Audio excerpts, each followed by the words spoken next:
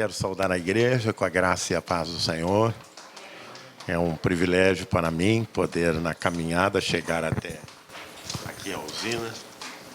São tantos e tantos lugares que eu preciso estar presente. Agora já ultrapassa 500 e contando as congregações e os campos missionários, né? Então eu estou sempre devedor.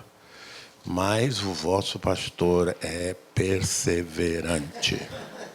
Ele não desistiu da possibilidade de me trazer aqui, né?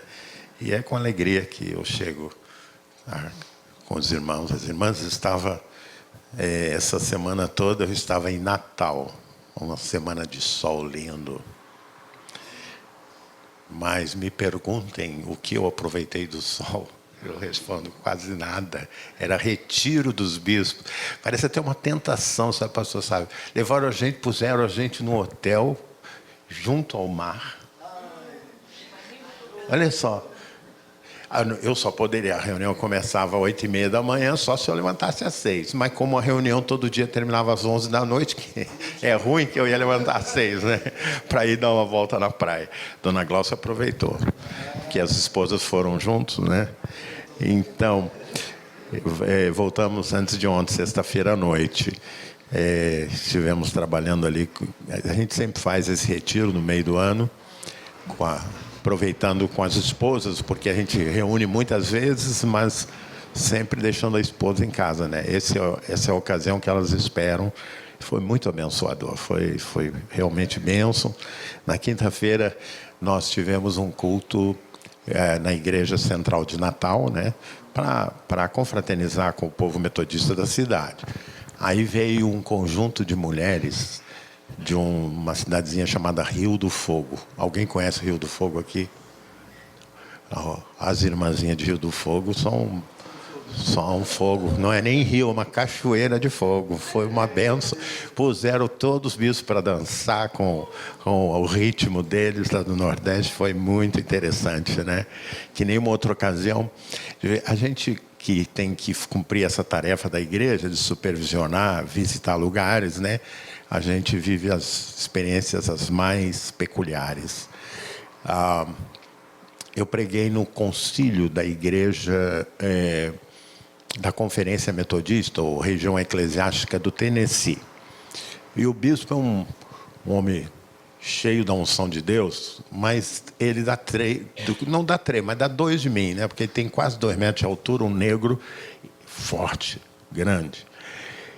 E eu preguei e fiz apelo. A conferência deles tem 1.500 delegados, né? Então era quase um ginásio, o templo, né?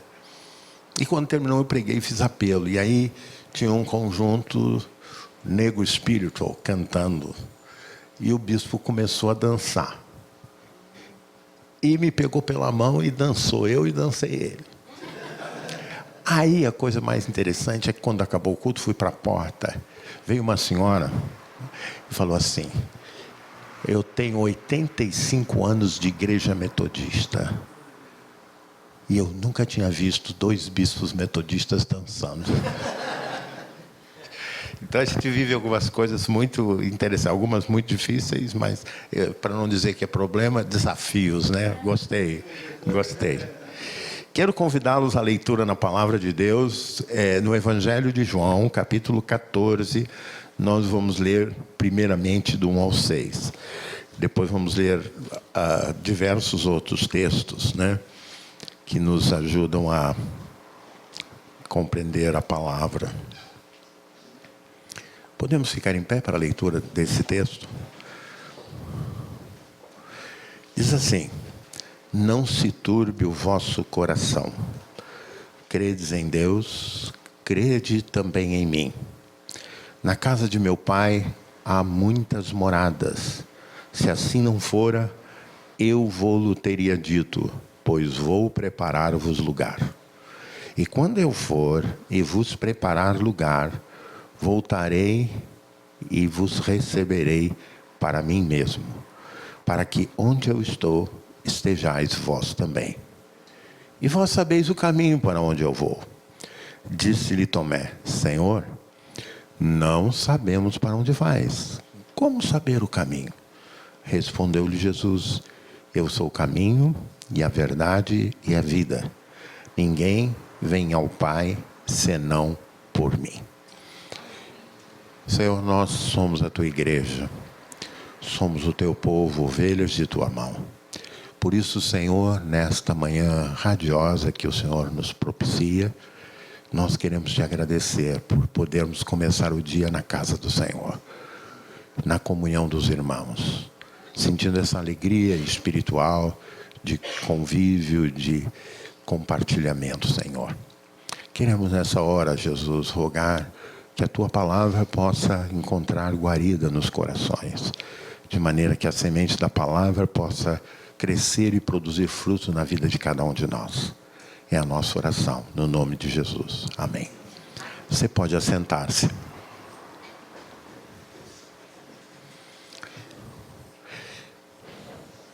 Eu vou começar do fim para o princípio. Não por originalidade, mas porque, de fato, é o conhecido, né? O conhecido. Todos conhecem. Poderiam repetir comigo? Respondeu-lhes Jesus: eu sou o caminho, a verdade e a vida. Ninguém vem ao Pai senão por mim. Nós vivemos num país religioso. Não dá para dizer que as pessoas não têm crença, não vivem religiosidade, né? Mas se você entra num ônibus, ainda se vê hoje, o ônibus passa em frente a uma igreja, tem um ou outro que faz o sinal da cruz, não é verdade? Então, há um teólogo protestante que já faleceu, que ele dizia que todo o evangélico brasileiro, se raspar a pele, por baixo tem um católico romano. O que ele queria dizer com isso? Que nós tivemos mais de 500 anos de cultura católica, não é verdade? Então, por exemplo, expressões que a gente ouve até no meio evangélico, as pessoas soltam sem nem se dar conta, né? Minha Nossa Senhora, não é? Nossa Senhora, minha mãe do céu, minha mãe do céu, né? E assim por diante, algumas expressões típicas, né, que vinculam. E eu e você, nós convivemos assim com pessoas, inclusive na família, católicas, né? Mas a Conferência Nacional dos Bispos da Igreja Católica, né, a CNBB, ela fez uma reflexão sobre a real presença do catolicismo no Brasil. E lá eles dizem que para cada 10 pessoas que se declaram católicas, a igreja só reconhece 2. Por quê? Para ser um católico na igreja católica, você tem que tomar comunhão pelo menos uma vez por mês.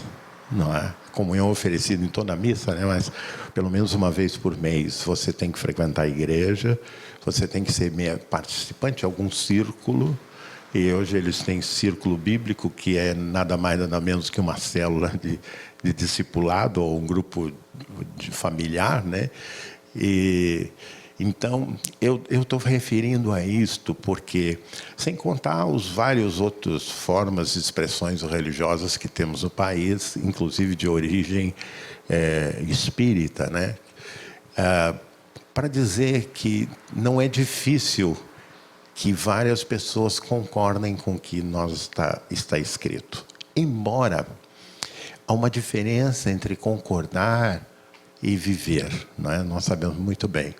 Não é? Tiveram aí cerca de 1 milhão de pessoas nas passeatas, não é verdade? E muita gente ficou só da janela. Não é verdade? Por timidez, por temor, sei lá, por que razão, né? Ficou só da janela. Mas eles entrevistaram pessoas que ficaram na janela e elas concordam com as manifestações, né? Então, esse tipo diríamos, de comportamento tem a ver, muitas vezes, no nível religioso também, não é? Só que as pessoas concordam sobre Jesus e tudo mais, mas você está conversando com ela, você quer repartir a sua fé com alguém, a pessoa olha para você e diz: é muito bom ter uma religião, porque afinal todos os caminhos levam a Deus. Quantas aqui já ouviram alguém falar para você isso? Todo mundo, não faltou ninguém, né? E a gente, às vezes, por polidez, até por uma certa diplomacia, a gente tem temor de confrontar a pessoa. Dizer: olha, você sabe que na Bíblia tem um verso, uma palavra de Jesus dizendo que Ele é o caminho, a verdade e a vida. E como se não bastasse dizer isso, Ele disse: ninguém chega a Deus senão por Ele. Então não são todos os caminhos. Não são todos os caminhos que levam a Deus. Só Jesus leva a Deus. Não é? Então, essa expressão que a gente se acostumou, ela fez parte dos primeiros credos da igreja primitiva, essa convicção. Essa expressão está no sermão de Pedro. Sermão 1, sermão 2 e sermão 3, que Pedro prega de início 3 sermões, né? Um no dia do Pentecostes, na porta do templo após a cura do coxo, que o primeiro redundou em 3.000 convertidos, o segundo em 5.000, e o terceiro ele faz perante as autoridades dentro do Sinédrio, ele prega um sermão no qual ele diz: e não foi dado entre os homens nenhum outro nome pelo qual importa que sejamos salvos. Jesus. Ele faz essa categórica afirmação.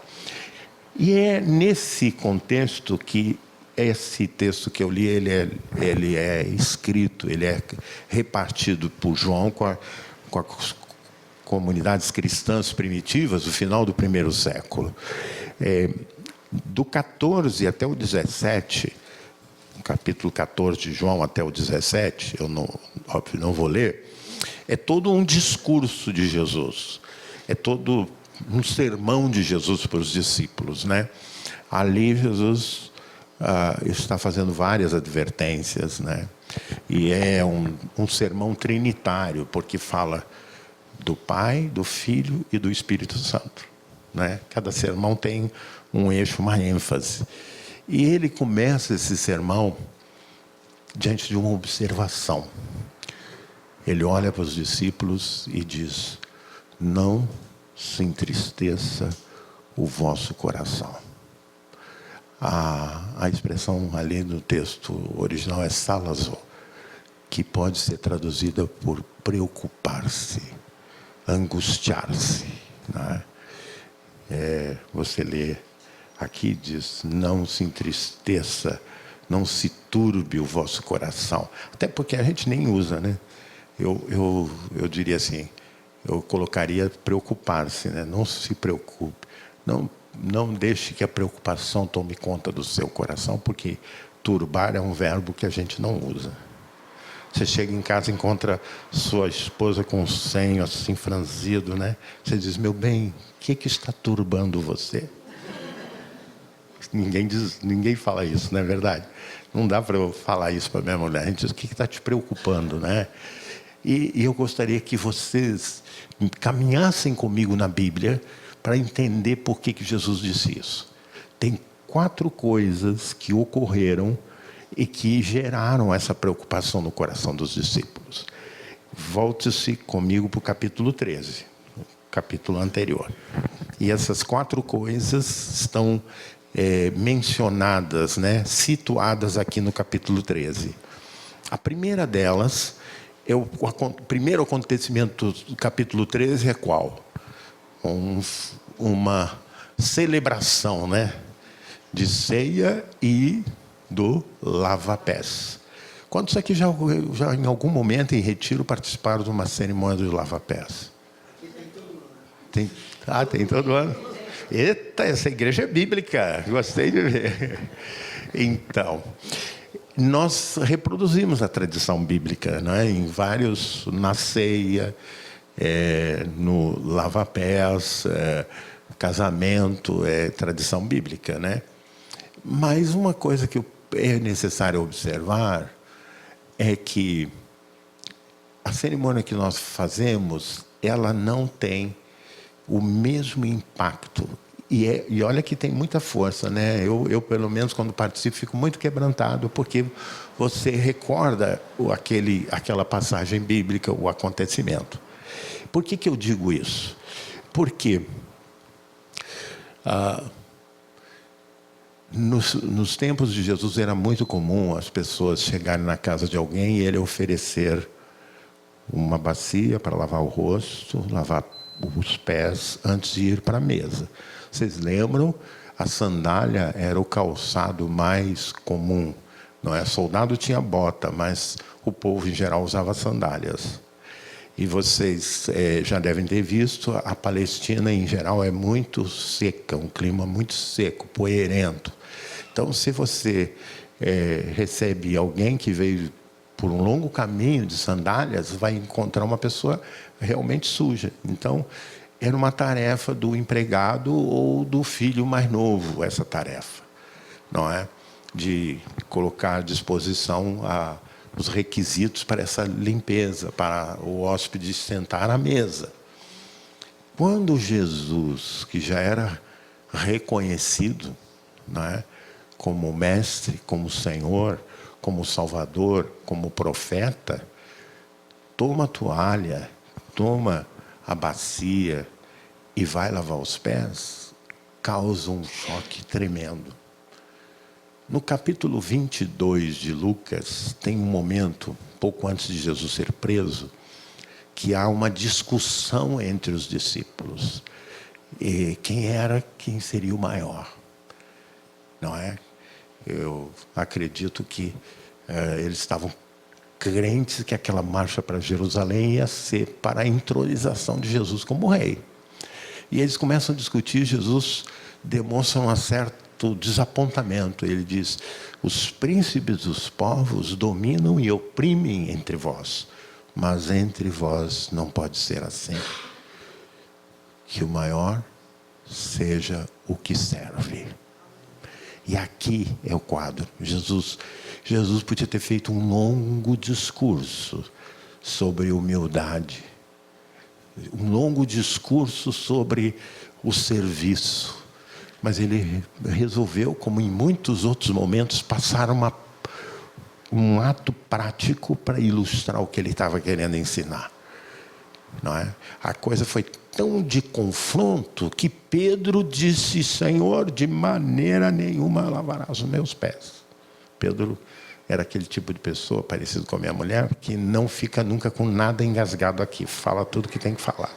Eu dou graças a Deus, eu sou cada vez melhor, porque ela não escapa nada, vírgula, nem nada. É uma grande bênção na minha vida. Ela sempre pede para mim: não me fala no meu nome durante o sermão, mas 39 anos de vida conjugal, né? A gente se mistura, os DNA, as moléculas se misturam, não é verdade? E eu diria que Pedro era um cara radical, e ele fala isso, e Jesus olha para ele: se eu não lavar os teus pés, você não tem parte comigo. Não é? Aqui está havendo uma interação. Aí Pedro, como radical, diz: então, senão me dá um banho. Não é? Ele nunca fica no meio termo, ele vai sempre de uma ponta para a outra, né? E acontece aquilo. E aí Jesus termina esse momento, e eu diria, eles estavam tão acostumados com lideranças arrogantes que mandavam, que dominavam, que oprimiam, que Jesus diz, veja comigo, versículo 12 do capítulo 13. Depois de lhes ter lavado os pés, tomou as vestes e, voltando à mesa, perguntou-lhes: compreendeis o que vos fiz? Vós me chamais mestre e senhor, e dizeis bem, porque eu sou. Ora, se eu, sendo o senhor e o mestre, vos lavei os pés, também vós deveis lavar os pés uns dos outros. Porque eu vos dei o exemplo, para que, como eu vos fiz, façais vós também. Em verdade vos digo, o servo não é maior do que seu senhor, nem o enviado maior do que aquele que o enviou. Ora, se sabeis estas coisas, bem-aventurados sois se as praticarem. É uma quebra da mudança do conceito de liderança, que estava instalado no judaísmo, que estava instalado no mundo grego, romano, e que Jesus introduz. Não é um diferencial. Não é? Nós percebemos claramente o tipo de postura que alguns políticos têm, que têm levado o povo à rua, é que ele não tem que dar satisfação para ninguém. Não é? Que ele está acima do bem e do mal. Desse jeito vão tudo para o inferno, viu? Não, eu preciso dizer essas coisas, né? É verdade. Alguns deles não têm consciência disso, mas vão para o inferno mesmo. Lembra da parábola do rico e do Lázaro, lá em Lucas? É um exemplo. Mas eu preciso passar o outro item, né? Logo após esse momento assim de quebrantamento, e essa postura, mudança de paradigma de liderança, preocupa os discípulos, assusta eles, né? Mas logo em seguida, estão naquele clima, né?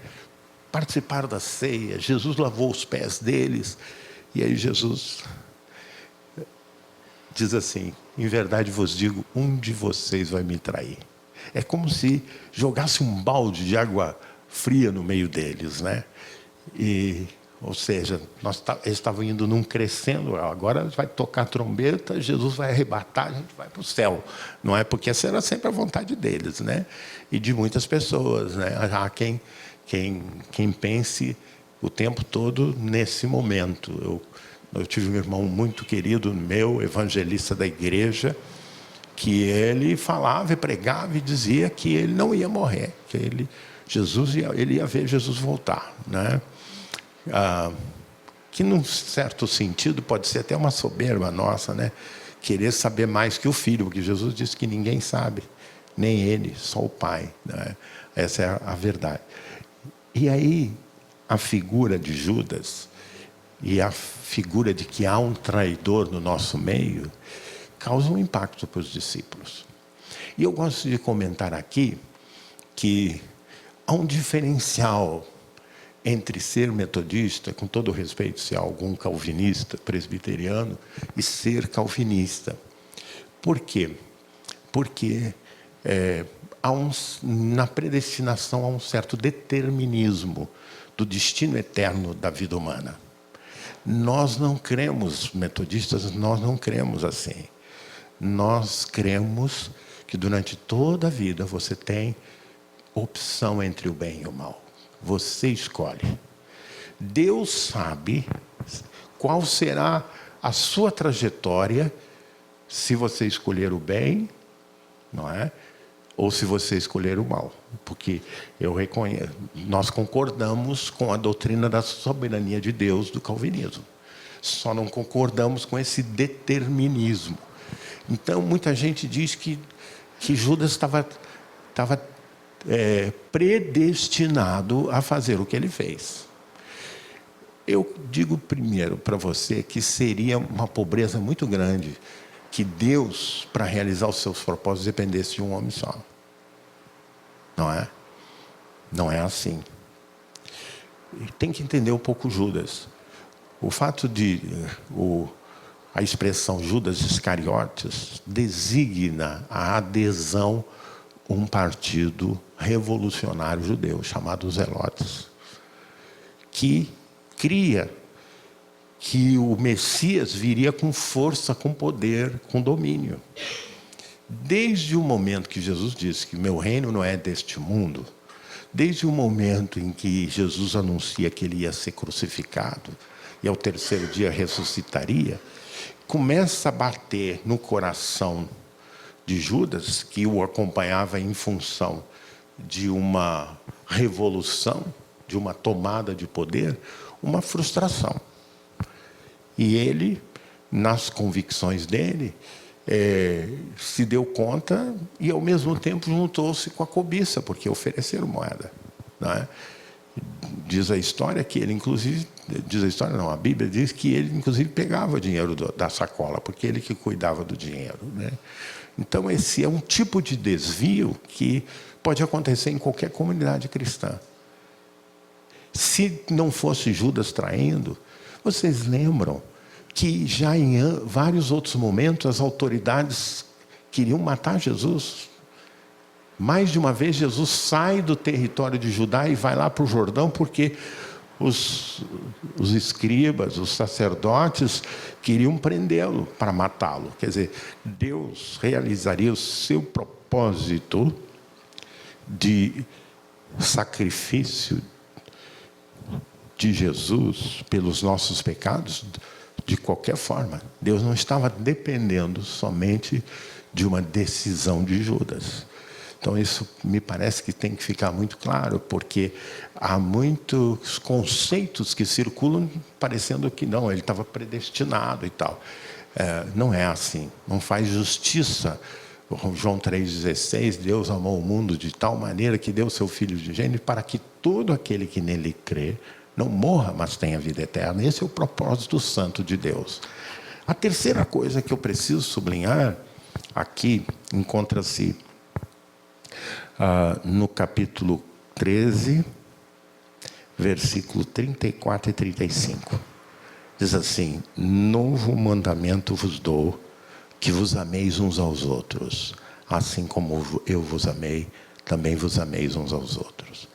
Nisto conhecerão todos que sois meus discípulos, se tiverdes amor uns aos outros. Aqui a mudança é na ética, não é? A mudança é na ética. A ética judaica, subscrita na própria Torá, era o quê? Olho por olho, dente por dente. Era legítima. O direito da vingança era legitimado legalmente. Isso também é no islamismo. Agora, um cristão não tem direito de se vingar. Amai os vossos inimigos e orai pelos que vos perseguem. Mas que a gente tem vontade de vingar, tem. Sabe que Philip Jansen é teólogo e jornalista, um comunicador, tem muitos livros escritos muito bonitos. Ele diz assim: o perdão não é uma coisa justa. O perdão é uma coisa divina. A justiça dos homens exige reparação. Se Deus tivesse aplicado esse princípio, estávamos todos no inferno, fulminados. Não é? A gente tem que sempre lembrar que o perdão que Deus determina, nós o fazemos por obediência e não pelo nosso coração. O nosso coração é volúvel, não é? Quanto mais emocional nós somos, mais facilmente de sermos manipulados pelas nossas próprias emoções. Não é verdade? Eu dou exemplo que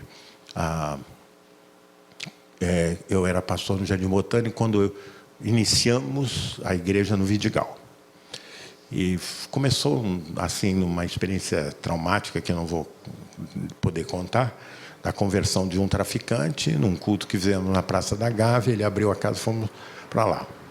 Aí, precisando que a igreja se mobilizasse junto comigo para subir o Vidigal, num domingo de manhã eu fiz um sermão sobre compromisso missionário. Terminei o sermão e fiz um apelo. Quantos gostariam de subir comigo e evangelizarmos lá o Vidigal e cooperarmos com o Josué, etc. 34 pessoas vieram à frente. Isso era 11h30 da manhã. E eu disse: então, irmãos, hoje às 3h aqui na porta da igreja nós vamos subir o Vidigal. Das 11h30 às 3h só sobrou 4 dos 30 e poucos. Não é verdade? E eu não critico, porque a natureza humana é assim mesmo. Eu tenho disposto no coração algumas coisas que eu vou fazer e às vezes não consigo porque outras se sobrepõem, não é? E perco a vontade de fazer, não é? Glaucia é a minha apontadora, ela anota tudo. Você ficou de fazer isso, né? Entre outras coisas, eu fiquei de ontem cortar o cabelo e esqueci, né? Então, a verdade é essa. Nós nós nem sempre conseguimos realizar o que nós dispomos no nosso coração. Só que perdão é um caminho para o céu. Porque assim como Deus te perdoa, Ele exige que você perdoe. A oração do Pai Nosso termina, Jesus complementa com a seguinte frase, né? Porque se vós não perdoardes aqueles que te ofenderam, o Senhor também não perdoará os vossos pecados. E sem perdão de pecados não se entra no céu. É difícil. É muito difícil. Não é?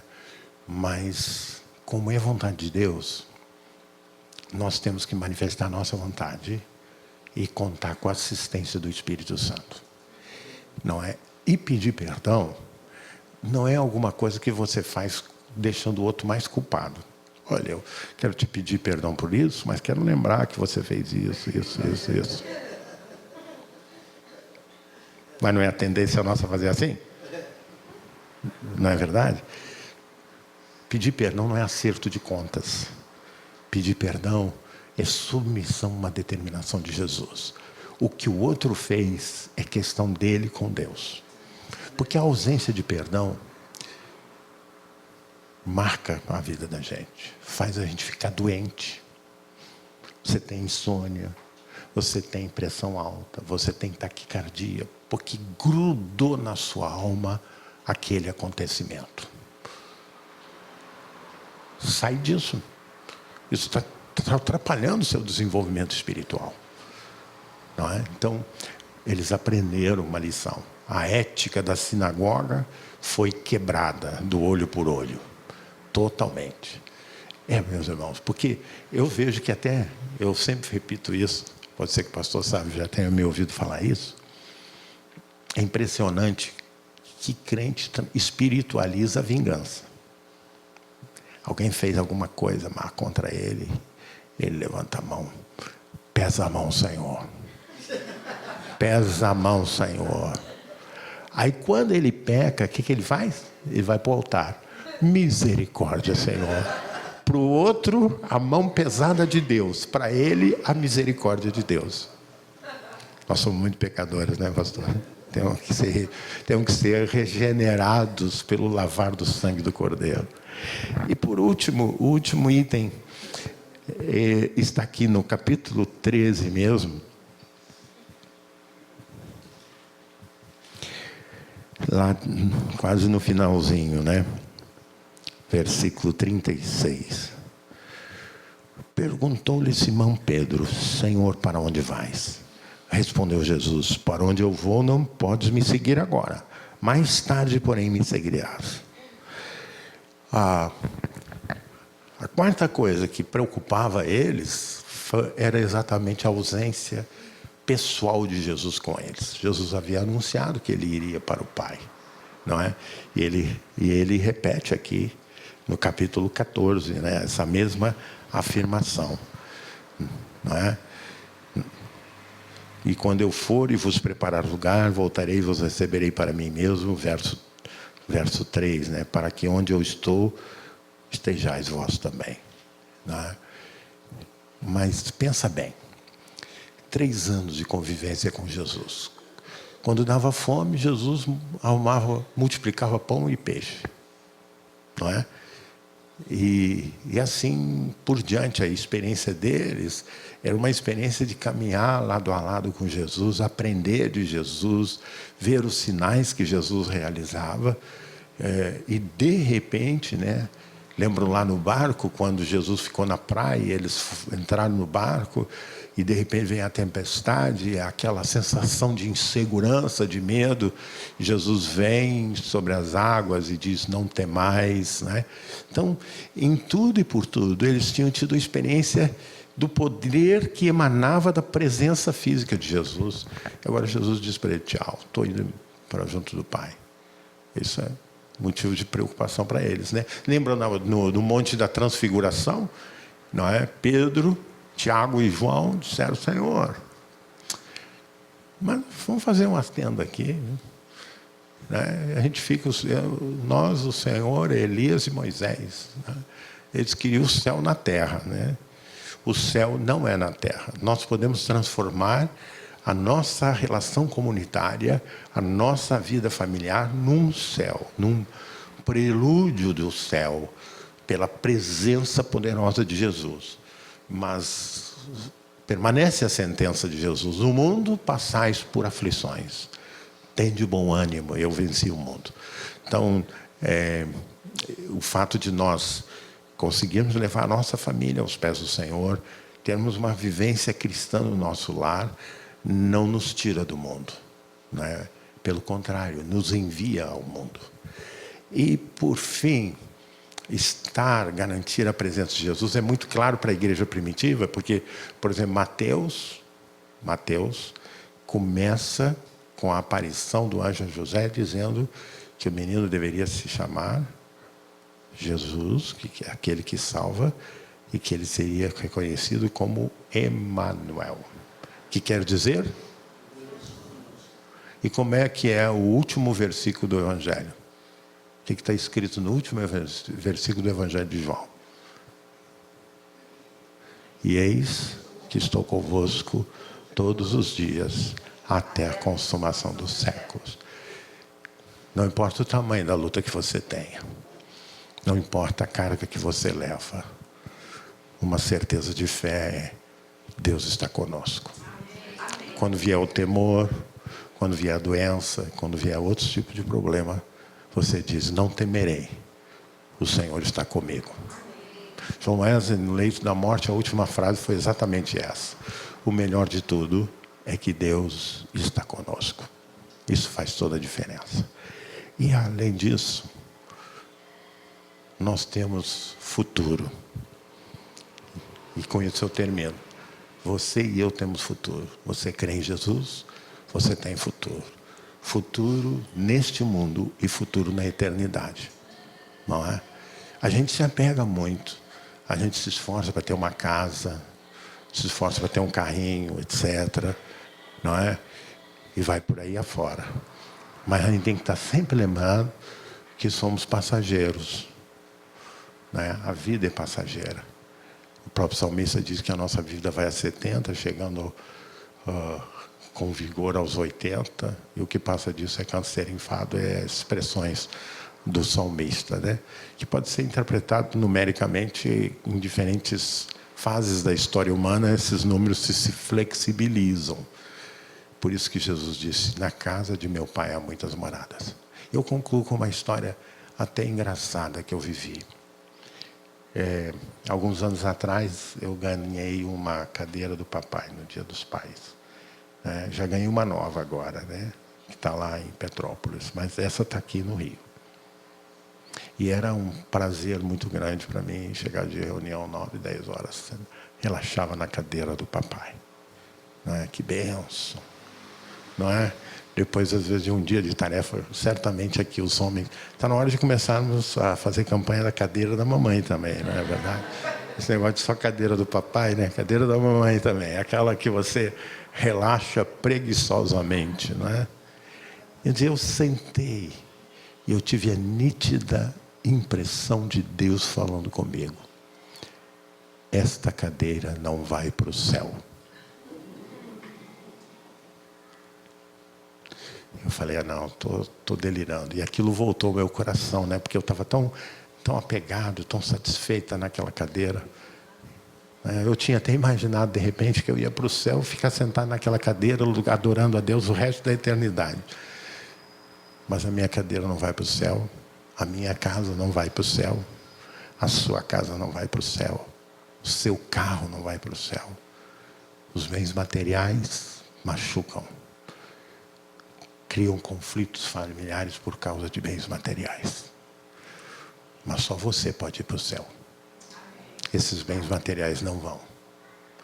Que Deus nos abençoe e que a gente possa ter um coração quebrantado, né? Como diz o texto, Jesus deu uma lição de humildade, né? Humilhai-vos sob a poderosa mão de Deus, para que Ele em tempo oportuno vos exalte. Correto?